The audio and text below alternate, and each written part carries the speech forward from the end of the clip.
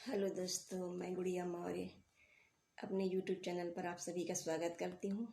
और मैं एक महंगाई के ऊपर एक गीत लेकर आई हूँ, आप लोग ज़रूर सुने।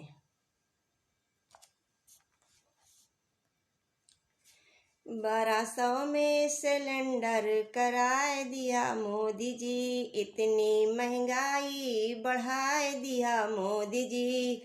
1200 में सिलेंडर कराए दिया मोदी जी, इतनी महंगाई तो बढ़ाए दिया मोदी जी। कौनो रोज घरे नहीं छोटी सी कमाई हो, कौनो रोज घरे नहीं छोटी सी कमाई हो।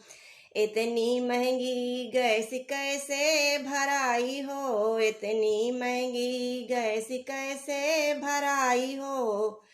पनिया में चुलवा जलवाए दिया मोदी जी, लड़कन से लकड़िया बिनवाए दिया मोदी जी, लड़कन से लकड़िया बिनवाए दिया मोदी जी। इतनी महंगाई बढ़ाए दिया मोदी जी, इतनी महंगाई बढ़ाए दिया मोदी जी। इतनी महंगी हुई गे मोदी अरहर की दाल हो, इतनी महंगी हुई गे मोदी अरहर की दाल हो। सरसों के तेल हुईगा 200 के पार हो, सरसों के तेल हुईगा 200 के पार हो। बिना सब्जी रोटियां कैसे खाई जाई मोदी जी, बिना सब्जी के रोटियां कैसे खाई जाई मोदी जी। इतनी महंगाई का बढ़ाए दिया मोदी जी, इतनी महंगाई का बढ़ाए दिया मोदी जी। 1200 में सिलेंडर कराए दिया मोदी जी, 1200 में सिलेंडर कराए दिया मोदी जी। देशवा में जैसे भ्रष्टाचार के मिटावेला, देशवा में जैसे भ्रष्टाचार के मिटावेला।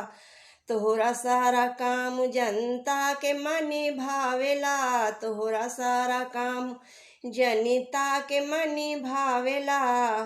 एक कमवा काहे बिगाड़ दिया मोदी जी, एक कमवा काहे बिगाड़ दिया मोदी जी। 1200 में सिलेंडर कराए दिया मोदी जी, 1200 में सिलेंडर कराए दिया मोदी जी। कैसे कैसे होते बाटे हम सबके गुजारा हो, कैसे कैसे होते बाटे हम सबके गुजारा हो। हम कैसे बताई केहू कैसे हम कैसे बताई केहू बने ना सहारा हो, कैसे हम बताई केहू बने ना सहारा हो। थोड़ी महंगाई तो घटाए देता मोदी जी, थोड़ी महंगाई तो घटाए देता मोदी जी।